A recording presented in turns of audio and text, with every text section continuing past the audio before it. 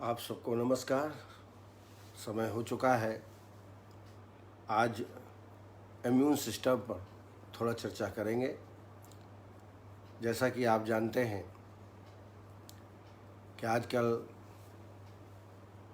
कोविड-19 का ज़माना है और ये कहा जाता है कि जिनकी व्याधि क्षमता अधिक होता है उनको ये रोग नहीं होता। और वास्तव में सही है। आचार्यों ने जो आयुर्वेद का वर्णन किया है वो दो उद्देश्यों को लेकर किया है। स्वस्थ से स्वास्थ्य रक्षणम, आतुरस्य विकार प्रशमनम च। स्वस्थ व्यक्ति को स्वस्थ बनाए रखना, ये पहला सिद्धांत है आयुर्वेद का। और जब रोग उत्पन्न हो जाए उसकी चिकित्सा करना, ये दूसरा। और इसके लिए आचार्यों ने बहुत सारे प्रकरणों का वर्णन किया है, उसकी हम चर्चा करेंगे। पहले प्रश्नों को ले लेते हैं।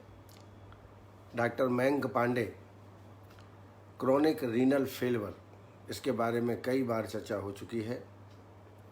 पिछले मूत्र कक्ष का अगर आप व्याख्यान प्राप्त कर लें तो अच्छा है, लेकिन अगर प्रारंभ में आपको औषधि देना है तो मेरा एक प्रसिद्ध योग है जो मैं यहाँ प्रयोग करता हूँ, आप भी इसको कर सकते हैं। ककड़ी बीज, खीरा बीज, गोक्षुर और शतावरी, इनको बराबर मात्रा में चूर्ण बना लीजिए और एक एक चम्मच दिन में 3 बार, और साथ में चंद्र प्रभावटी भी दीजिए। इसमें निरूह बस्ती, तीक्ष्ण बस्ती भी लगाना चाहिए, लेखन बस्ती, जो मैं कई बार आपको बता चुका हूँ, इसका भी प्रयोग आप करें। डॉक्टर अर्चना जायसवाल जी ने, उनका एक 2 साल का पेशेंट है, पेरीवेंट्रिकुलर डिमाइलिनेशन, जिसको ल्यूको डिस्ट्रॉफी भी कहते हैं, वो व्याधि है, उसके बारे में कुछ जानना चाहा है। पहले आइए ल्यूको डिस्ट्रॉफी क्या है इसको समझ लें। यह एक प्रकार का प्रोग्रेसिव मेटाबॉलिक जेनेटिक डिसीज है that effect the brain, spinal cord and peripheral nerves. और ये जो होता है वो ब्रेन में व्हाइट मेटर के डिस्ट्रक्शन की वजह से ये व्याधियाँ होती हैं, जिसको माइलिन शीथ भी कहते हैं। इसमें मल्टीपल स्क्लेरोसिस जैसी व्याधियाँ का समाधान हो जाता है। डिमाइलिनेशन डिसऑर्डर, इसको यदि समझें तो दीज आर सब group of white matter disorders. These में बी इन्फ्लेमेटरी, इन्फेक्टिव, इस्कीमिक और टॉक्सिक इन ओरिजिन। तो ये निश्चित रूप से ब्रेन के वाइट मैटर की डिसीज़ें हैं। निश्चित रूप से जो हमें चिकित्सा करनी पड़ेगी वो मेध रसायन, मेध द्रव्य इनको देना पड़ेगा। तो सर्वांग धारा, पिड़चिल धारा, शिरोधारा, शिरा तर्पण, अभ्यंग से पिचवह बस्ते से चतुर्विधम।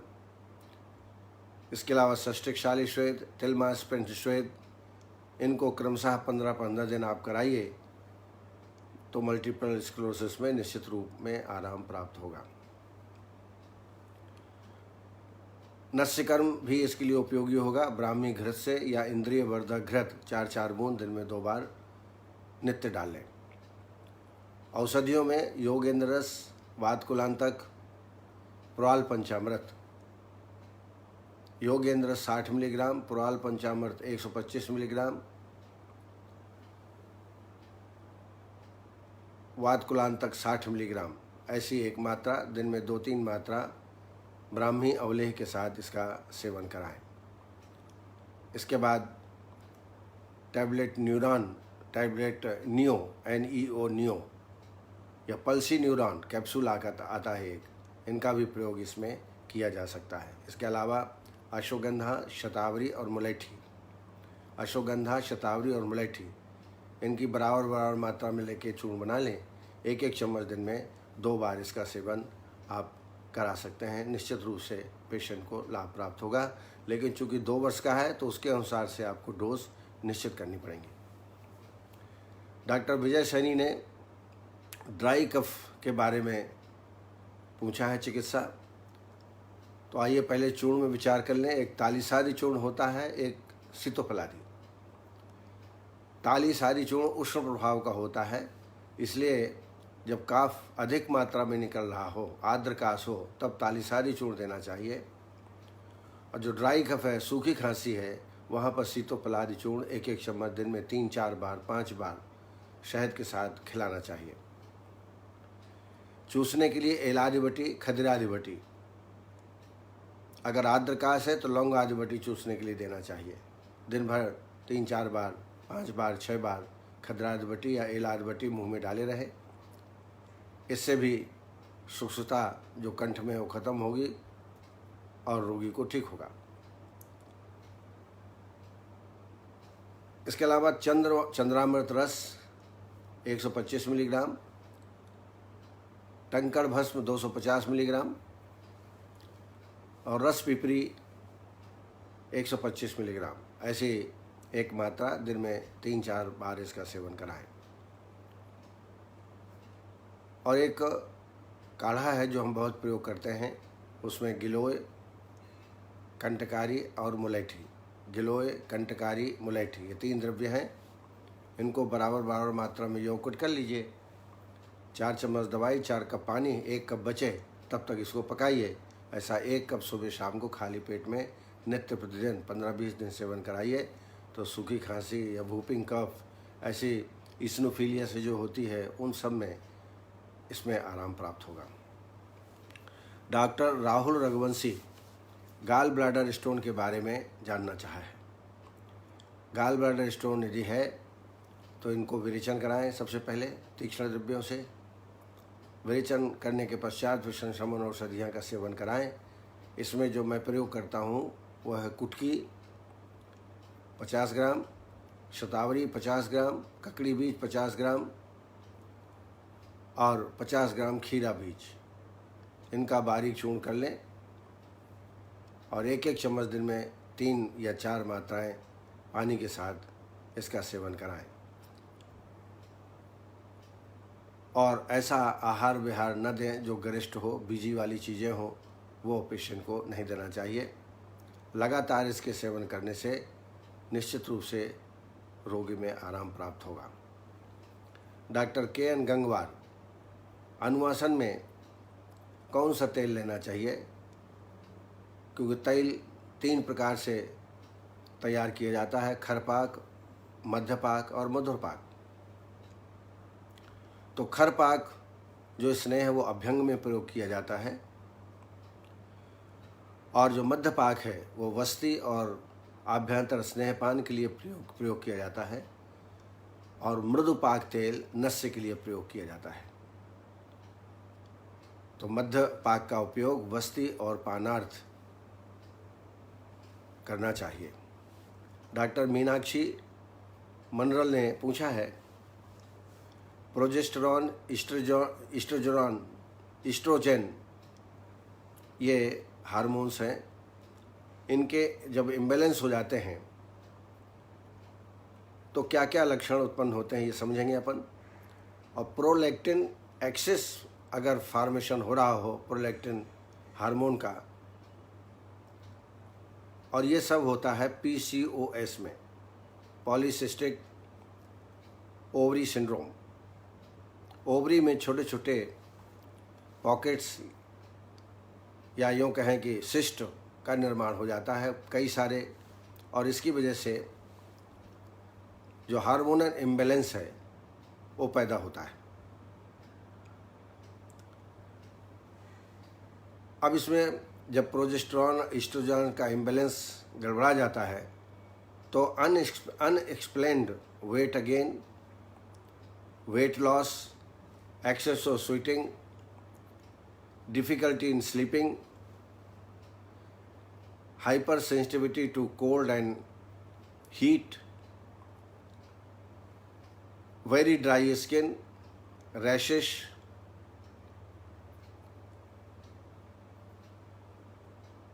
हार्ट रेट का बढ़ना या कम हो जाना, ब्लड प्रेशर का बढ़ना या कम होना, anxiety, depression, headache, blotting, sterility और विज़न लॉस, ये लक्षण रोगी में प्राप्त होते हैं। और एक्सेस फॉर्मेशन ऑफ प्रोलैक्टिन यदि हो तो इसको हम हाइपर प्रोलैक्टिनिमिया भी कहते हैं। इसमें लॉन्ग इर्रेगुलर साइकिल्स होंगे, एग्स का निर्माण होगा लेकिन समय पर रिलीज नहीं होंगे, एमेनोरिया होगा, स्टेरिलिटी होगी, discharge of breast milk, sexual side effect भी इसमें होते हैं, abnormal hair growth on the face और अन्य न्यूरोलॉजिकल डिसऑर्डर्स भी हो सकते हैं, जैसे विज़न का ठीक से दिखाई न देना, ब्लरिंग होना, हेडेक होना, ये सब लक्षण प्राप्त होते हैं। तो इसके मूल जो चिकित्सा है वो हमको सिस्ट की करनी है। ओवरी में जो तमाम प्रकार के सिस्ट पैदा हो गए हैं उसकी वजह से ये इम्बैलेंस होता है। तो इसमें जो हम वस्ती देते हैं तीक्ष्ण वस्ती है। इसमें वरुणादिक्वाथ, तृण पंचमूलक्वाथ 50-50 ग्राम लेके इसका काढ़ा बना लें 300 ml। अगर गोमूत्र मिले तो 50 ml डालें। यवक क्षार 10 ग्राम, सैंधव 50 ग्राम, विधिवत बस्ती बना करके लगातार 20 बस्तियाँ देवें। प्रारंभ में सैंधवादी तेल की अनुवासन बस्ती और अंत में अनुवासन बस्ती देना चाहिए, या आवश्यकता पड़े बीच में तब भी आप दे सकते हैं, लेकिन मुख्यतः आप तीक्ष्ण बस्ती दीजिए तो इससे निश्चित रूप से आराम प्राप्त होगा। इसके अलावा कांचनादि गुगुलू और अशोकारिष्ट। कांचनादि गुगुल 2-2 गोली दिन में 2 बार, अशोकारिष्ट 4 चम्मच दवाई 4 चम्मच पानी भोजन के बाद इसका प्रयोग करें तो निश्चित रूप से ऑटोमेटिकली जो इम्बैलेंस है हार्मोन्स का वो ठीक होगा। अगर सिस्ट कम होंगे या छोटे होंगे या ट्रीटमेंट से ख़त्म हो जाएंगे तो ये जो इम्बैलेंस की व्याधि है वो अपने आप रोगी में ठीक हो जाती है।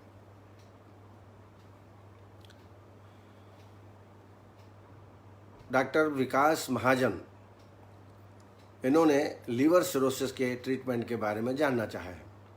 लीवर सिरोसिस में भी विरेचन कराने से बहुत लाभ प्राप्त होता है। पंचतिक्त घृत से आभ्यंतर स्नेहपान कराने के पश्चात विरेचन करा दीजिए और उसके बाद भूनिम्बक्वाथ और रोहित कारिष्ट 4-4 चम्मच और 8 चम्मच पानी भोजन के बाद दोनों टाइम इसका प्रयोग कराएं।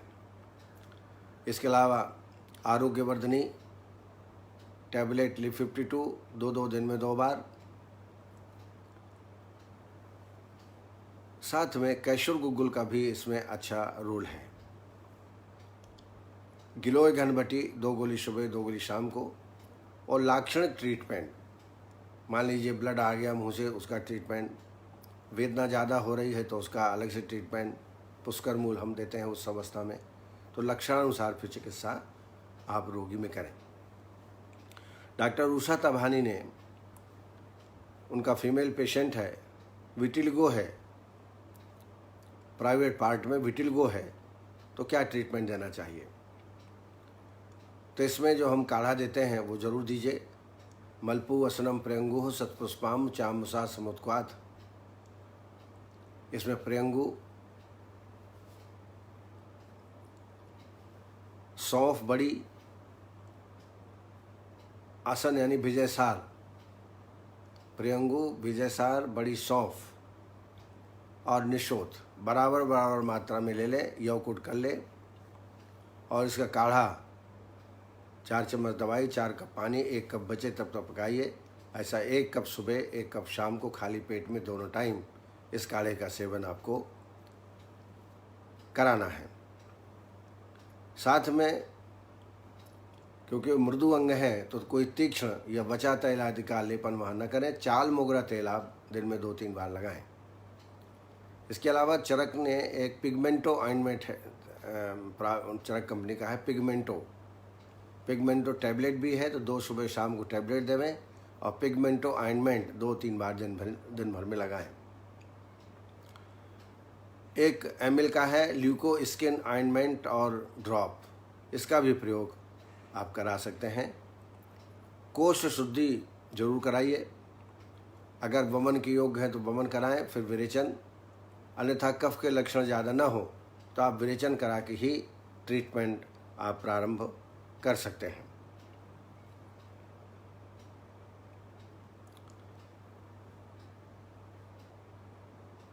डॉक्टर मीनाक्षी मनरल ने स्कैल्प में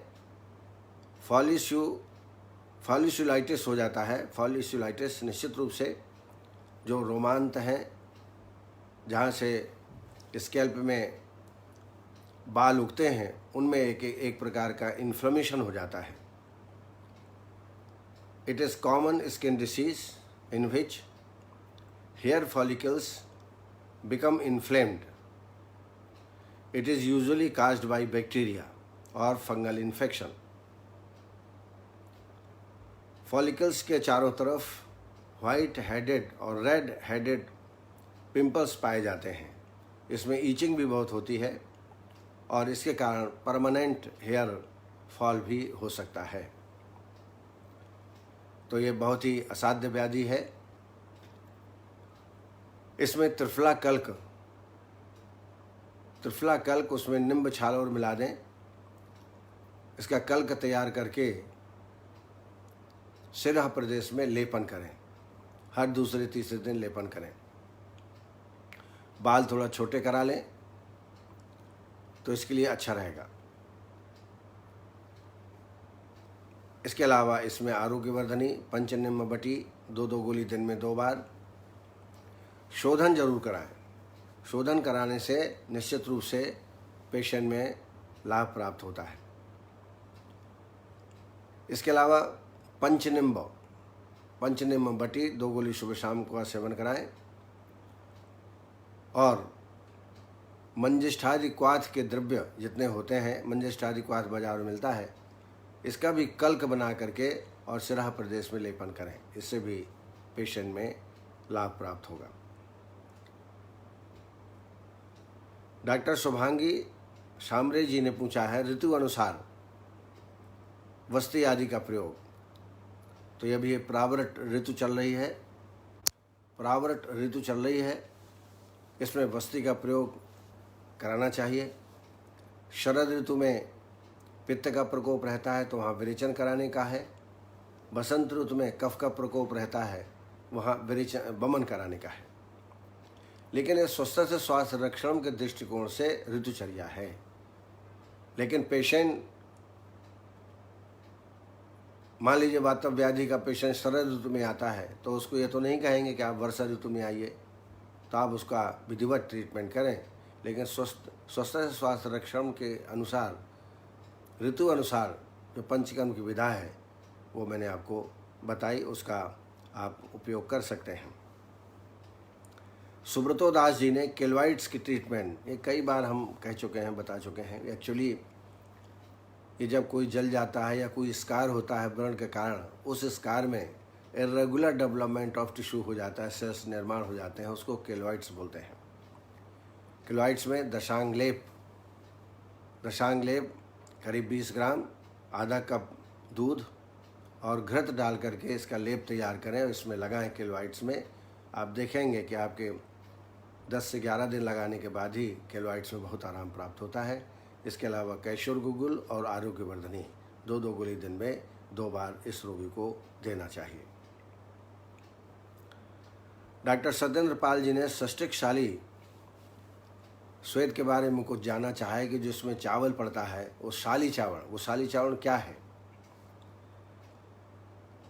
तो ये 60 दिन में बिना बोए ही उत्पन्न होने वाले चावल को शाली चावल कहते हैं। ये खास तौर से जहाँ चावल का अधिक उत्पादन होता है तो मुख्य फसल काट ली जाती है, लेकिन अपने आप वहाँ चावल पैदा हो जाता है, वो लाल रंग का होता है। स्त्रियाँ इसको उपवास में प्रयोग करती हैं, उसको शाली चावल 60 दिन में पैदा, इसलिए इसका नाम सष्टिक शाली श्वेत कहा है, 60 दिन में पैदा होने वाला चावल।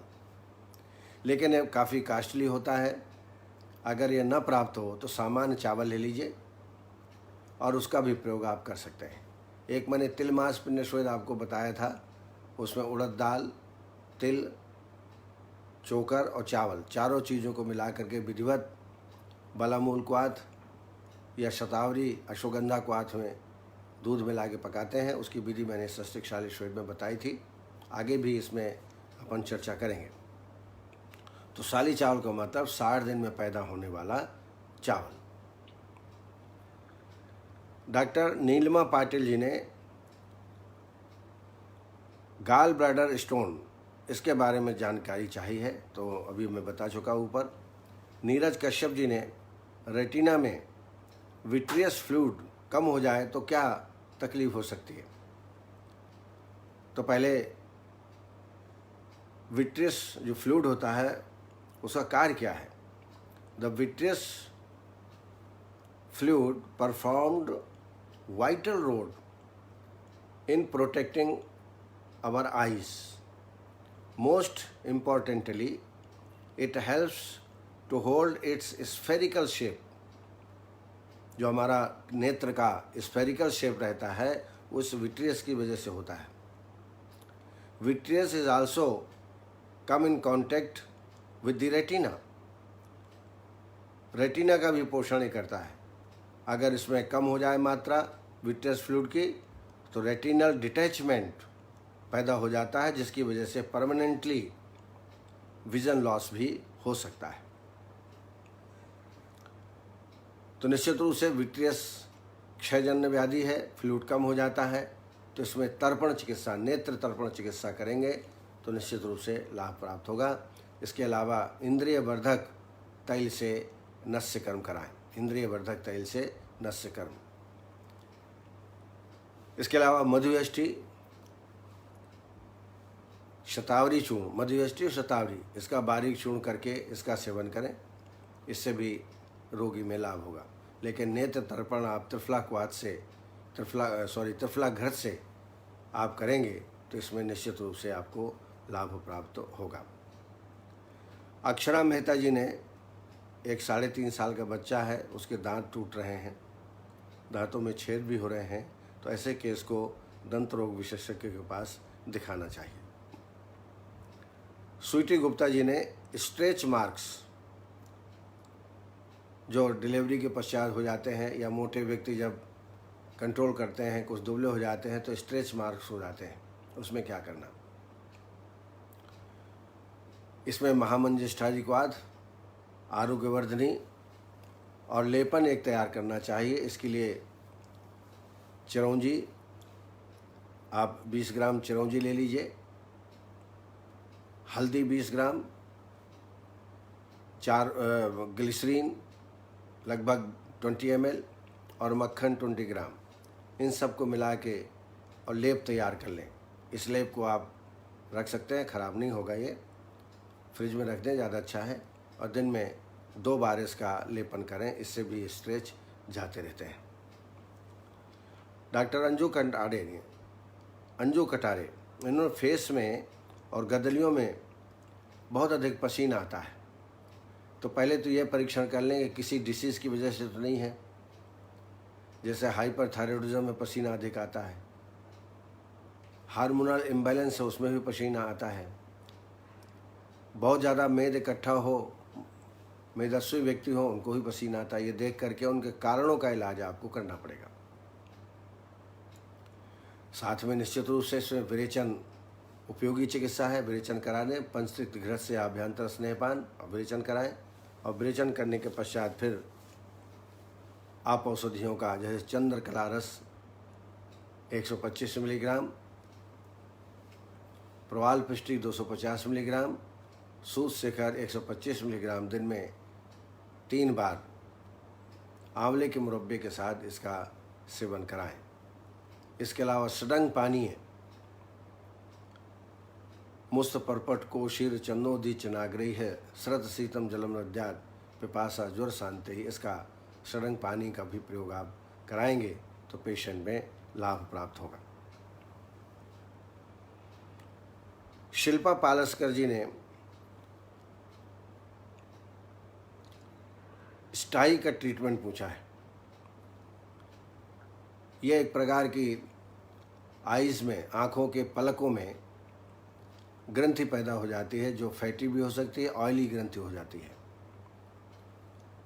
ये कभी कभी पक जाती है, पश भी इसमें निकलने लगता है।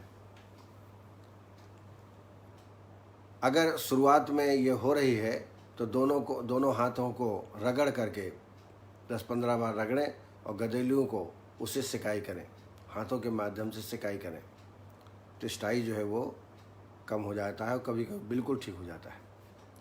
साथ में एरंड भ्रष्ट हरित की 5 ग्राम रात को सेवन कराएं प्रतिदिन, या कैस्टर ऑयल एरंड तैल 20 ml 50 ml दूध में मिला करके खाली पेट प्रति दूसरे दिन इसका सेवन कराएं। विबंध होने पर इसकी वृद्धि ज़्यादा होती है, तो विबंध न रहे इसकी व्यवस्था आपको करना है। इसके अलावा कांचनादि गुगुलू और आरोग्यवर्धनी 2-2 गोली दिन में 2 बार सेवन कराएं, तो इसमें निश्चित रूप से आराम प्राप्त होगा। डॉक्टर माधव मिश्रा जी ने काला पीलिया के बारे में जानना चाहा है। दाह विपाक दौर्बल्यम सदना अरुचिग्रस्ताः कामला बहुपित्तस्या कोष शाखा श्रयामता कालांतराद खरीभूता कृच्छा स्यात् कुंभ कामलाः। कालांतराद खरीभूता कृच्छा स्यात् कामला कृष्ण पीत शक्रन मूत्रो भृशम शूनस्य मानवाः। कामला का रोगी जब उसका मूत्र मल में कृष्ण और पीत वर्ण का पदार्थ निकलता है मूत्र के साथ या मल के साथ, और हाथ पैरों में, खासतौर से पैरों में सूजन होती है, तो उसको आप काला पीलिया कह सकते हैं। इसमें निश्चित रूप से लाइन ऑफ ट्रीटमेंट का आपको मालूम है। तत्र पाण्वामय स्निग्धस्तीक्ष्ण ऊर्ध्वलोम कही है, संशुद्धो मृदुस्तिक्ते है कामली तो विरेचन ही है। तो यहाँ विरेचन कर्म कराने के पश्चात फिर आरोग्यवर्धनी लिव 50 DS या एम्लिक्योर DS दिन में 2 बार इसका सेवन कराएं, और साथ में कुमारी आसो और लोहासो, कुमारी आसो 2 चम्मच, लोहासो 2 चम्मच, 4 चम्मच पानी भोजन के बाद इसका सेवन कराएं, तो निश्चित रूप से ये जो पीलिया है, काला पीलिया जो आप बोल रहे हैं, उसमें निश्चित रूप से आराम प्राप्त होगा। इस कार्यक्रम की शोभा बढ़ा रहे हैं। पहले तो उन सबको नमस्कार। सभी लोग याद करते हैं मुझे, डॉक्टर संध्या पांडे, मयंक पांडे, कमलेश विश्वास जी, डॉक्टर नवीन जी, डॉक्टर मोकम्बिका के, उत्कर्ष वर्मा, सत्येंद्र कुमार, अनु कुमार, शीतल अरंगडे, विकास चौधरी, रीना शर्मा, निशांत गुप्ता, शिखा वर्मा जी, मोनिका जी, सौरभ ढाल, सुनील रतूरी, पंकज निगम, उषा तभानी, हरिओम कुलश्रेष्ठ, विजय साहू, लवकुश निगम, रुचि साहू, कैलाश चावला, राहुल रघुवंशी, शिल्पा पालस्कर, एकता तिवारी, पवन जोगी, अरुणा वर्मा, मुकेश मुरनिया, विकास चौधरी, योगेश महाजन जी, विजय मित्तल जी, संतोष ओझा जी, हेमाद्री यदु, माधव मिश्रा जी, नीरज कश्यप, आशुतोष चावरे, सपना डिग्री, ये सब निरंतर इस व्याख्यान को निरंतर सुन रही हैं। उन सब के लिए बहुत बहुत हार्दिक धन्यवाद। अब आइए व्याधि क्षमत्व के बारे में थोड़ा से हम चर्चा करेंगे। इस समय कोरोना का काल है, सब व्याधि क्षमत्व बढ़ाने में लगे हुए हैं। आयुर्वेदिक काढ़ा या जो आयुष से रिकमेंडेड काढ़ा है, दवाइयाँ हैं, वो सब व्याधि क्षमत्व बढ़ाने के लिए हैं। पूरा देश और विश्व व्याधि क्षमत्व बढ़ाने के लिए वैक्सीनेशन तैयार करने में लगे हुए हैं। हमारे आचार्यों को पहले से ही ज्ञात था कि ऐसे संक्रमण जन व्याधि आती रहती हैं। इसलिए चरक ने जनपदोध्वंसी अध्याय विमानास्था में वर्णन किया और वहाँ बताया कि वायु की दूषण से, पानी की दूषण से, देश के दूषण से अनेक प्रकार की संक्रमण जन व्याधियाँ हो सकती हैं। उसकी व्यवस्था हमको करनी चाहिए, तैयारी करनी चाहिए। सुश्रुत को भी आभास था कि संक्रमण जन व्याधियाँ, इन्फेक्शियस व्याधियाँ होती हैं, उनको रोकना चाहिए। इसलिए उन्होंने कहा, प्रसंगात गात्र समूह स्पर्शात नहीं स्वाद सह भोजनात् एक सय्या आसनाश्च वस्त्र माल्यानुलेपनात् कुष्ठम ज्वरस शोषस्व नेत्राभिसंदेव च औपसर्गे रोगान संक्रामंति नरानरम। और व्याधि क्षमत्व बढ़ाने के लिए आचार्यों को पता था कि ऐसे रोग हो सकते हैं। इसलिए दिनचर्या, ऋतुचर्या आदि का वर्णन पहले से ही किया गया। इसके अलावा रसायन, आचार रसायन का बड़ा सुंदर प्रयोग किया कि इसका यदि प्रयोग करते हो तो निश्चित रूप से आपको व्याधि नहीं होगी, आप स्वस्थ रहेंगे। सत्यवादनम अक्रोधम निवृत्तम मद्दमैथुनास अहिंसकम अनायासम प्रशांतम प्रियवादनम जप शौच परम धीनम दान नित्यम तपस्विनः देवगो ब्राह्मण आचार्य गुरुवृद्धाच निरतम आनशंस परम नित्यम नित्यम करुण वेदनम समजागरणम नित्यम समजागरण स्वप्नम नित्यम क्षीर घृताशनम देश काल प्रमाणज्ञम युक्तज्ञम नहंकृतम सस्ताचार असंकीर्णम आध्यात्म प्रवणेन्द्रियम। और हमारे आचार्यों ने रसायन जैसी चिकित्सा, दीर्घम आयु स्मृति मेधा आरोग्यम तरुणव्या प्रभावर्ण सुरोदारम देहेन्द्रिय बलप्रदम वाक्सिद्धम प्रदम कांतम लभते न रसायनात् लाभोपायु सस्ता नाम रसादी नाम रसायनम। ये देखिए, पहले से ही आचार्यों को पता था कि इस प्रकार की व्याधियाँ हो सकती हैं, तो व्याधि क्षमता बढ़ाने के लिए सबसे पहले रसायन का वर्णन किया। आयुर्वेद का उद्देश्य ही है स्वस्थ से स्वास्थ्य रक्षणम आतुरस विकार प्रशमनम। पहला उद्देश्य स्वस्थ व्यक्ति को स्वस्थ रखना। तो इन रसायनों का प्रयोग यदि हम निरंतर करते हैं तो हमारा व्याधि क्षमत्व निश्चित रूप से बढ़ेगा और आने वाली जितनी संक्रमणजन्य व्याधि हैं उससे हम बचे रहेंगे। स्वस्थ रहने के लिए जैसा मैंने बताया, दिनचर्या, रात्रिचर्या, ऋतुचर्या, सदव्रत आदि का पालन करना चाहिए। इन सब का उद्देश्य इम्यूनिटी डेवलप करना है।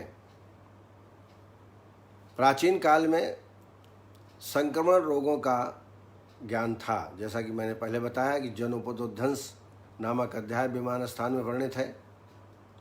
सुश्रुत ने भी प्रसंगात गात समुस्पात यह बताया, उनको जानकारी थी। व्याधि क्षमत्व अगर हम परिभाषित करें तो व्याधि क्षमत्व वह शारीरिक शक्ति है जो शरीर में उत्पन्न होने वाली व्याधि के बल को घटाती है तथा व्याधि की उत्पत्ति को रोकती है। हमारे अंदर व्याधि क्षमत्व होने के कारण रोग प्रतिरोधक क्षमता है, तो अगर कोई संक्रमण आता है तो अंदर ऐसी प्रतिक्रियाएं होती हैं कि उसको, वो जो संक्रमण आया है उसको ख़त्म कर देती हैं, उसका प्रभाव कम कर देती हैं और उस रोग से हम बच सकते हैं। हानिकारक जीवाणु जैसे ही शरीर में प्रवेश करते हैं तत्काल व्याधि क्षमत्व तंत्र सक्रिय हो जाता है, जिससे रोगों की रक्षा होती है। शरीर की इसी शक्ति को व्याधि क्षमत्व कहा जाता है। हमारे शरीर के अंदर लिम्फोसाइट्स रहते हैं, जैसा आपको मालूम है, WBC का पार्ट है। जब बाहरी रोगाणु अंदर प्रवेश करते हैं तो लिम्फोसाइट उनका भक्षण कर लेते हैं, जिसको फेगोसाइटिस कहा गया है, और इसकी वजह से रोग की उत्पत्ति नहीं होती, क्योंकि एंटीजन ही रोग को उत्पादक कारण है।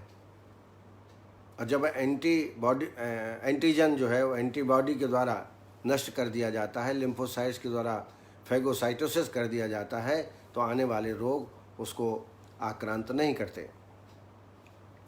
इसके अलावा रक्त में अन्य रक्षा तंत्र भी होते हैं, जैसे लिम्फोसाइट्स, बी लिम्फोसाइट्स और नेचुरल किलर सेल्स। ये हमारे रोगों की रक्षा करते हैं, हमारे शरीर के रोगों की रक्षा करते हैं। यह एंटीबॉडी उस एंटीजन के विरुद्ध क्रिया शक्ति हमेशा के लिए अथवा कुछ जीवाणु के संदर्भ में अधिक समय तक के लिए एंटीबॉडी बना देते हैं जो जीवाणु के आक्रमण से बचाता है। इसी आधार पर इम्यूनाइजेशन, वैक्सीनेशन आदि का जन्म हुआ है। इम्यूनिटी दो प्रकार की मुख्य होती है, एक्वायर्ड और आर्टिफिशियल। एक्वायर्ड जो शरीर में स्वतः होती है, जब कोई आक्रमण होता है, इन्फेक्शन होता है, संक्रमण होता है तो अपने आप हमारा व्याधि क्षमत्व उसको हरा देता है, पहले से ही हमारे अंदर वो शक्ति मौजूद रहती है। आर्टिफिशियल, जब व्याधि क्षमत्व कम मात्रा में होता है हमारे अंदर, तब हम कृत्रिम रूप से वैक्सीनेशन के माध्यम से उसमें एंटीबॉडी प्रवेश कराते हैं, जिसके वजह से उनका व्याधि क्षमत्व बढ़ता है और अमुक संक्रमण को नष्ट कर देता है। एंटीजन है क्या, इसको थोड़ा समझ लें। यह विशेष प्रकार का द्रव्य है जो सेल्स के सरफेस में होते हैं जो कि एंटीबॉडी को उत्पन्न करते हैं। एंटीजन सामान्य ही तो एंटीबॉडी का निर्माण होते रहता है। यदि सामान्य हो एंटीजन तो निरंतर एंटीबॉडी का निर्माण होते रहता है। एंटीबॉडी यह एक प्रकार का ग्लाइकोप्रोटीन है। एंटीजन से प्रेरित होकर बी लिम्फोसाइट्स के द्वारा उत्पन्न होते हैं। ये एंटीजन को नष्ट करते रहते हैं निरंतर।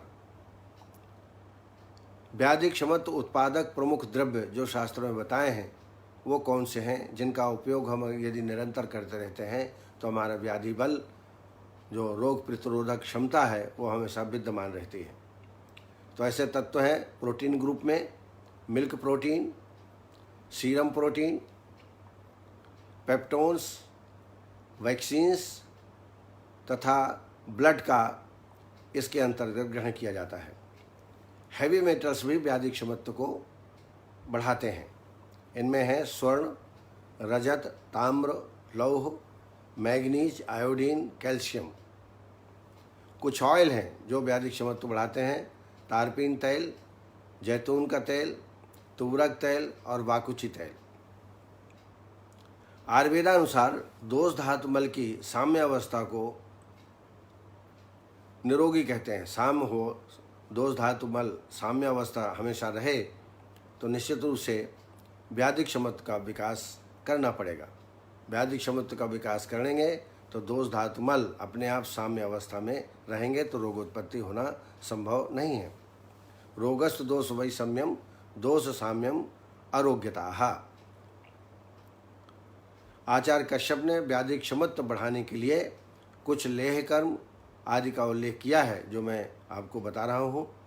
जैसे स्वर्ण प्राशन बच्चों के लिए है। अगर स्वर्ण प्राशन आप निरंतर करते रहें बच्चों में तो उनका व्याधि क्षमत्व अधिक बढ़ जाता है। इसके अलावा ब्राह्मी, मंडूक पर्णी, इनका मधु के साथ सेवन कराना चाहिए। कल्याण घृत, ब्राह्मी घृत, वचा घृत, सारस्वतादि घृत, ये बड़े इम्पॉर्टेंट घृत हैं। इनको 10 ग्राम की मात्रा दिन में 2 बार प्रतिदिन दुग्ध के साथ लें तो इसमें व्याधि क्षमत्व शरीर का बढ़ता है। जब व्याधि क्षमत्व हमारा कम हो जाता है तो विभिन्न प्रकार के रोग उत्पन्न होते हैं, जैसे प्लीहा रोग, कास, श्वास, राजक्षमा, गुल्म, अर्श, उदर रोग और कई ऐसी उपसर्गज व्याधियाँ, इन्फेक्शियस रोग हैं जो पैदा हो जाते हैं जब हमारा व्याधि क्षमत्व कम होता है। जैसे scarlet fever, typhoid, whooping cough, diarrhoea, erysipelas, diphtheria, प्रवाहिका, गोनोरिया, सिफिलिस, मीजल्स और एड्स जैसे रोग शरीर में उत्पन्न हो जाते हैं। इसीलिए अगर रसायन औषधियों का हम निरंतर प्रयोग करें तो कोरोना जैसे जो वायरस हैं वो हमें आक्रांत नहीं करेंगे। इसलिए हमको निरंतर आमल की रसायन, ब्राह्मी रसायन, च्यवनप्राश, शतावरी, मुलेठी और अश्वगंधा इनका योग, इसके अलावा गिलोय, अश्वगंधा, इसका योग जो आजकल काढ़े में दिया जाता है, अदरक, काली मिर्च, लहसुन, इसकी चटनी आप भोजन के पहले दोनों टाइम लें तो ये सब चीज़ें व्याधि ना हो, इसके लिए ये विशेष क्रिया हम अपना सकते हैं। अपनी लाइफ स्टाइल, जो कल चर्चा मैंने अपने बारे में की थी, ये सबको लाइफ स्टाइल अपनाना चाहिए। निश्चित रूप से आने वाले जो संक्रमण है उससे ये रसायन औषधियाँ आपकी सुरक्षा करेंगे। आज के लिए इतना ही, कल फिर इसी वक्त आपसे मुलाकात करेंगे। बहुत बहुत धन्यवाद। नमस्कार।